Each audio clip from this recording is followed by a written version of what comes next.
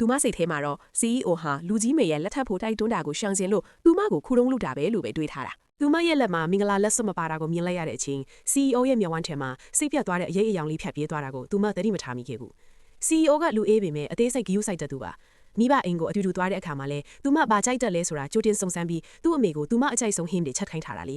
ထမင်းစားပွဲရောက်တော့ရောက်ခမဖြစ်သူကလည်းသူမလက်မှာလက်စွပ်မပါတာကိုတတိထားမိသွားပြီးမေးခွန်းထုတ်တော့တာပေါ့သူမဘာပြောရမှန်းမသိဖြစ်နေတော့ CEO ကကြားကနေအမြန်ဝင်ပြီးအဖြစ်အားလုံးကိုသူ့အပေါ်ပုံချကသူမကိုကာကွယ်ပေးခဲ့တယ်ပြားနဲ့လမ်းမှာသူမကဗဒင်းပေါက်ကနေအပြင်ကရှုခင်းတွေကိုစိတ်ဝင်တစားကြည့်နေတာကိုဝင်တော့ CEO ကချစ်စနိုးနဲ့ပြုံးကြည့်နေမိတယ်ဒါပေမဲ့သူမကနောက်လက်ကြည့်လိုက်တဲ့အချိန်မှာတော့အိတ်ချင်ဟန်ဆောင်လိုက်ပြန်ရော